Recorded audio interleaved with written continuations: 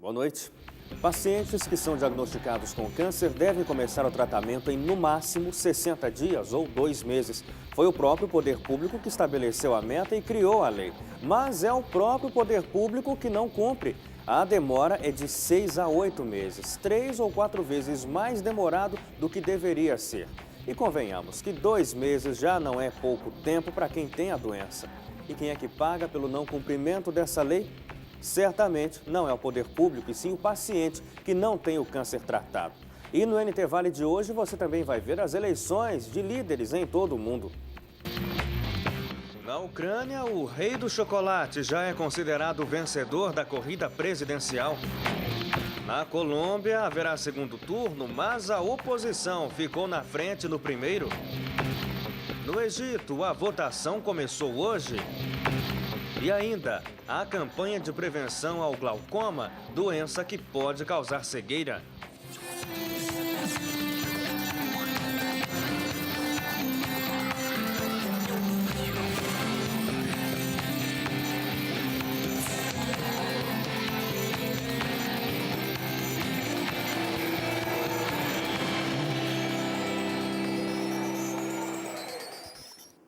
O magnata Petro Poroshenko já aparece como vencedor da eleição presidencial da Ucrânia. O resultado oficial deve ser divulgado entre os dias 4 e 5 de junho, mas números parciais da apuração indicam que ele tem cerca de 54% dos votos e não pode mais ser alcançado pelos concorrentes. Com um discurso de vencedor, Petro Poroshenko prometeu terminar a guerra e restaurar a paz na Ucrânia.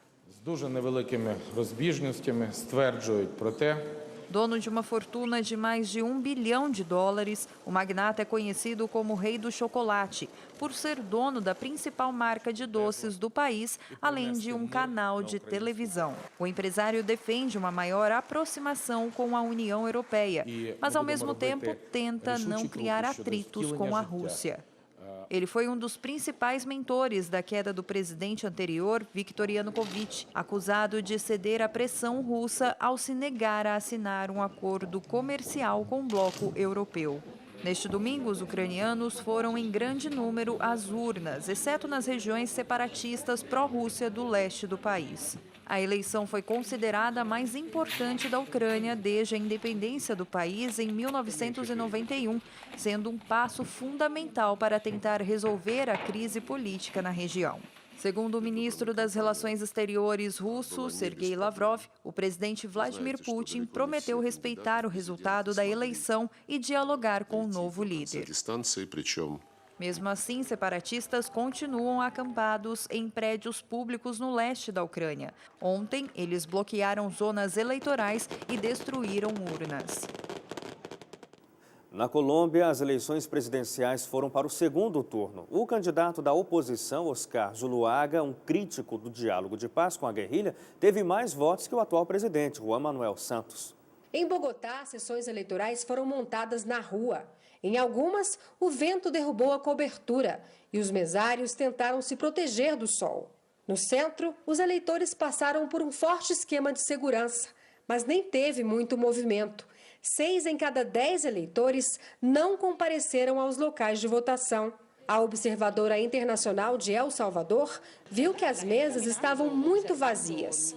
Aparentemente, a esta hora, estamos vendo poucos. Nenhum dos candidatos conquistou mais de 50% dos votos. E no segundo turno, os colombianos terão de escolher entre 2 representantes da direita no país, Oscar Zuluaga, do Centro Democrático, e o presidente Juan Manuel Santos. Zuluaga cresceu com o apoio do ex-presidente Álvaro Uribe, que há 4 anos também ajudou a eleger Santos. Santos e Zuluaga pensam diferente sobre o processo de paz entre o governo e as Farc. O opositor critica. O presidente da República não pode ser manipulado pelas Farc, o principal cartel do narcotráfico do mundo. Atacou ontem à noite após o resultado da eleição. E é justamente na expectativa de paz que Santos se apega. Vamos mostrar que somos maioria, nós que queremos terminar este conflito e conquistar um país sem guerra, defendeu. a país solidário, a país sem guerra. Se a alta abstenção mostrou a apatia da maioria, alguns votaram com convicção. Vitoriano, indígena Nasa, disse que pela primeira vez viu uma eleição sem violência e sem guerra.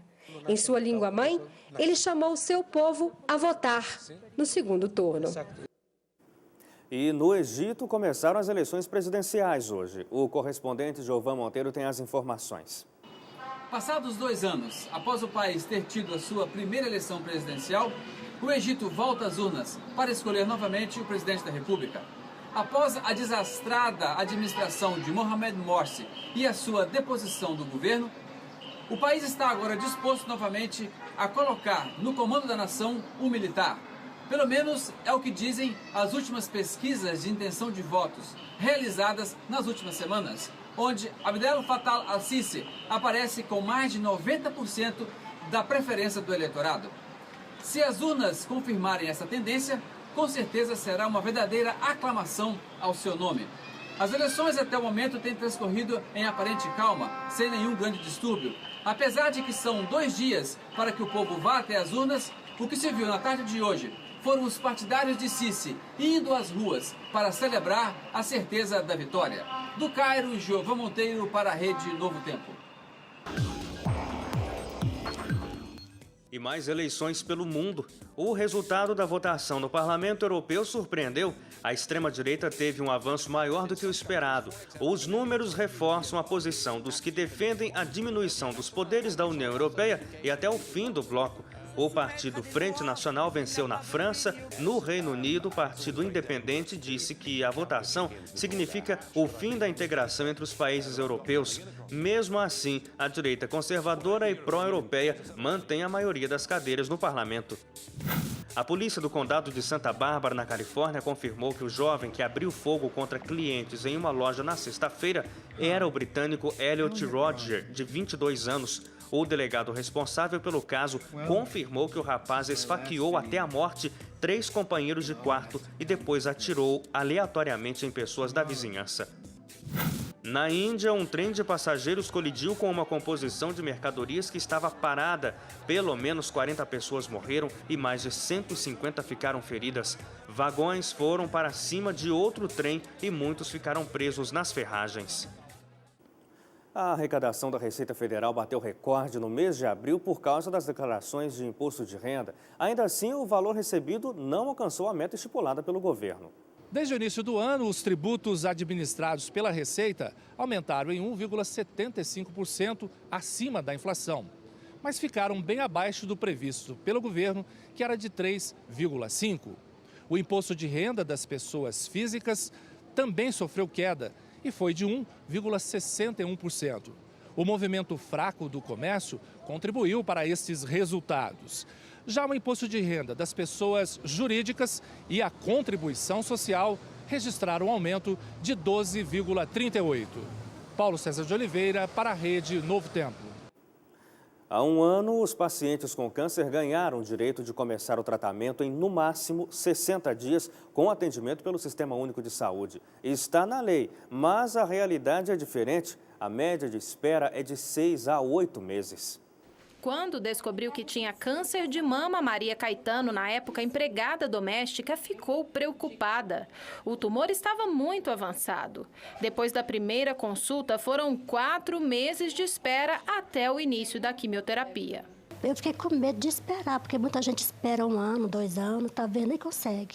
Aí eu fui no médico fazer os exames, aí ele falou para me fazer uns particulares para dar mais depressa. Durante a audiência pública promovida pela Comissão de Assuntos Sociais do Senado, na quinta-feira, pacientes com câncer protestaram contra a demora no atendimento.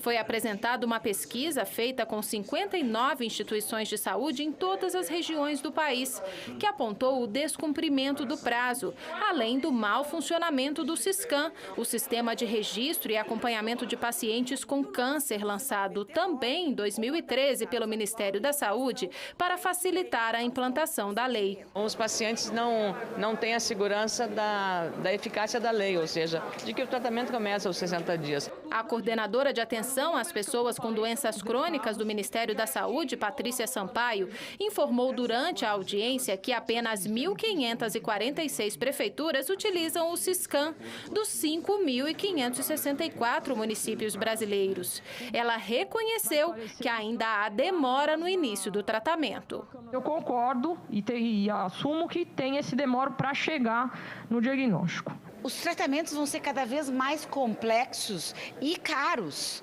quanto mais tempo levar para começar o tratamento. Existe um esforço do Ministério, mas os pacientes ainda estão na fila por muitos meses. O Supremo Tribunal Federal vai decidir se um paciente pode ou não pagar por atendimento melhor no SUS. É o tema de hoje no quadro É Seu Direito com José Carlos Cataldi.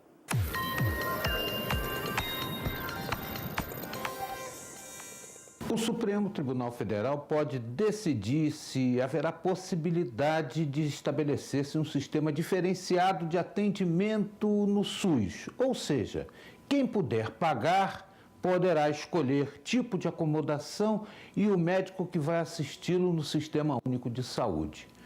Está dependendo do Supremo, porque houve já uma decisão em primeiro grau que realmente descontentou o Conselho Regional de Medicina do Rio Grande do Sul a ponto de recorrer através de recurso extraordinário à Suprema Corte. Mas antes de decidir, o relator da matéria, ministro Dias Toffoli, resolveu ouvir setores, ouvir representações dos meios sociais para averiguar se isso iria afetar de alguma forma o atendimento no SUS e se efetivamente haveria ferimento a princípio constitucional de que todos são iguais perante a lei.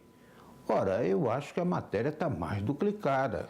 Eu que sou mais bobo, ministro, acho que realmente isso aí acaba de estabelecer uma barafunda no Sistema Único de Saúde. Eu até acho melhor chamar o sistema não de SUS, mas de SUSTO, Sistema Único de Saúde e Tratamento Omisso. Agora são 7h02 no horário de Brasília e no próximo bloco, o esquecimento dos orelhões. Queda de uso de telefones públicos chega a 40% ao ano.